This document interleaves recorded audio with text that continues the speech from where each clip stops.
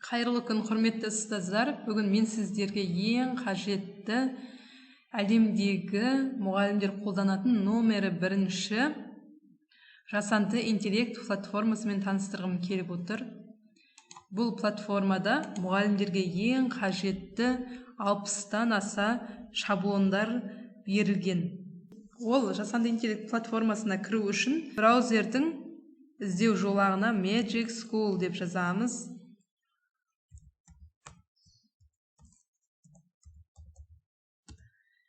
Осы кезде шыққан бірінші тұрған Magic School AI деген жасанды интеллект платформасына кіреміз. Бұл платформа бізде ағылшын тілінде. Оны тышқан оң жағын басып перевести на русский деп аударып алсаңыздар болады. Осы жерден тіркеліп аламыз. Для учителей деген басып. Бұған өздеріңіздің Google аккаунттарыңызды жазып, бірден кіре берсеңіздер болады. Бізге дайын мұғалімге қажетті тапсырмаларды жасауға арналған, сабақ жоспарын құруға арналған, одан бөлек тағы да 60-тан аса шаблон түрлерін бізге ұсынады. Осы жерден алып сабағымызды ерекше қылып өткізуімізге болады. Тышқан оң жағын басып, осы жаққа аударып алайық. Бұл жерде түрлі инструменттерді қолдануға болады. Бірінші тұрған бізде генератор рабочих лист. Бұл жерде жұмыс парағын кез келген тақырыпта, кез келген текстті қойып, жұмыс парағын жасап алуларыңызға болады. Одан бөлек тапсырмаларды көп нұсқалы, бір нұсқалы түрлі тапсырмаларды жасауымызға болады. Сонымен бірге мұғалімге ең қажетті сабақ жоспарын жасауымызға болады. YouTube'тан алған видеомыздан сұрақтар жасап бере алады бізге. Сонымен қатар бұл жасанды интеллект түрлі тапсырмалардың рубрикасын жасап бере алады. Одан бөлек бізге мына жерден қарап отырсаңыздар, аудармашы да бар бұл жерде. Сонымен қатар түрлі іс-шараларға, апталыққа өлең жасап бере алады бізге. Сонымен қатар мұғалімдерге өзіңіздің классыңызға әзілдерді жасап бере алады. Бұның көптеген инструменттері бар. Өздеріңіз ашып, қарап жасап берсеңіздер болады. Сонымен бірге тапсырмалардың конструкторы жасап бере алады. Енді мүмкіндіктері көп. Бұны пайдалансаңыздар, сабақтарыңыз ерекше өтетіні белгілі. Қазір сіздерге алдымен мұғалімге ең қажетті сабақ жоспарын жасап көрейік. Ол үшін план урокыға барамыз. Осы жерден алдымен қай сыныпқа қажет, соны таңдап аламыз. Одан кейін тема, стандарт или цель деген жерге сабағымыздың тақырыбын, сосын мақсатын жазамыз. Мысалға, 4-ші сынып презентацияға арналған ақпарат. Негізінде бұл жерде қазақ тіліне арналған ақпараттар өте аз, сондықтан да переводқа барып ауыстырып алсақ болады. Көбіне орысша немесе ағылшын тіліне ауыстырып алсақ болады. Ағылшын тілді сайт болғаннан кейін ағылшынша іздей берейік. Келесі оқу мақсатын жазайық. Осы жерден көшіріп аламыз.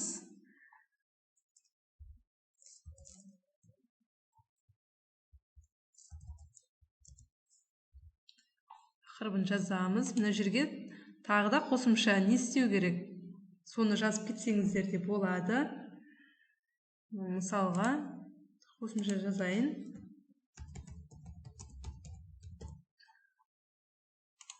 Көшіріп аламыз. Аударылған текстімізді мына жерге қоямыз. Одан кейін мына жерде стандарттар егер болса жазасыздар, болмаса саззатты басамыз.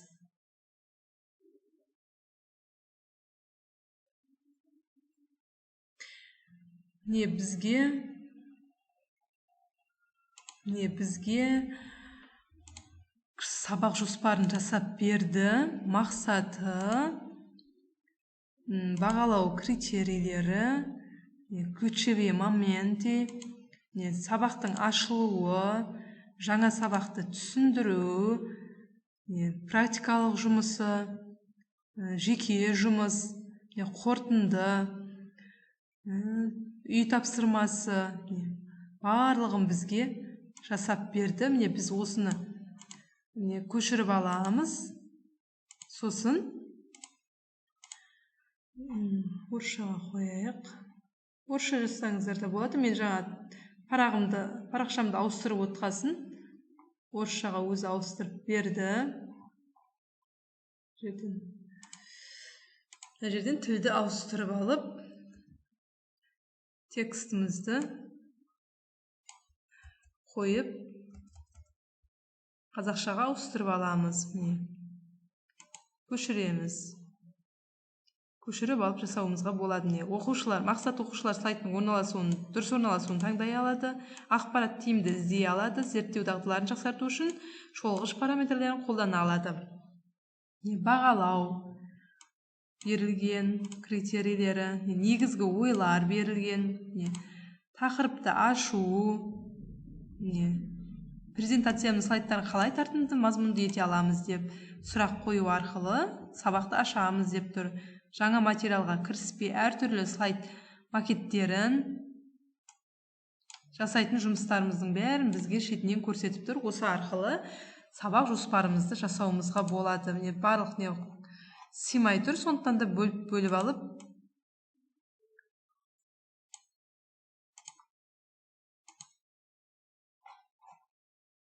аударып алсаңыздар болады.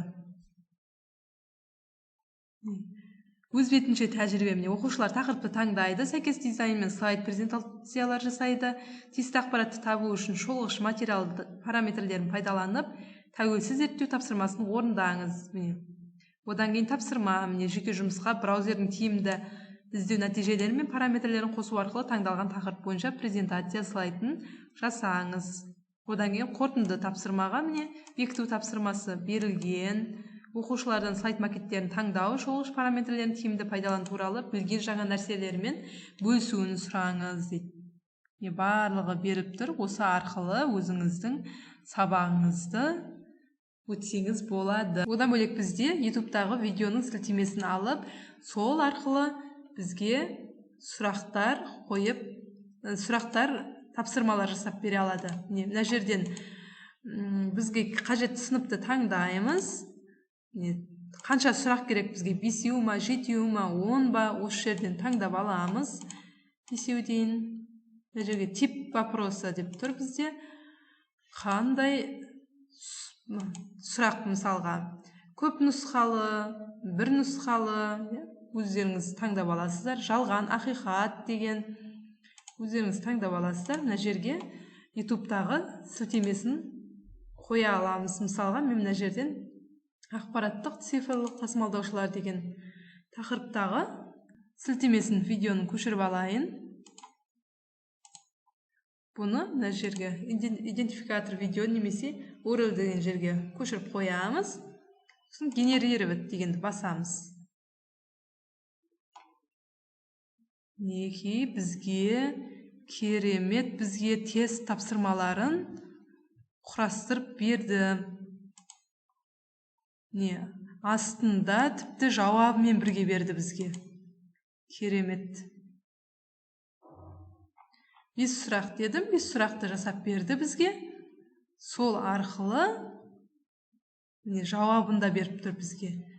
Осыны көшіріп аламыз да, переводқа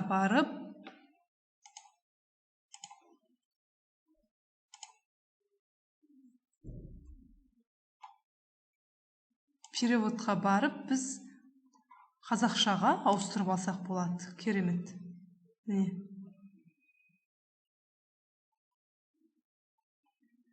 Мінекей ұстаздар, сіздерге Magic School жасанды интеллект платформасының бірнеше мүмкіндіктерін көрсеттім. Өздеріңіз ары қарай қарап, пайдалана берсеңіздер болады. Мүмкіндіктері өте жоғары, көріп отырсыздар. Назарларыңызға рахмет, пайдаларыңызға жарасын.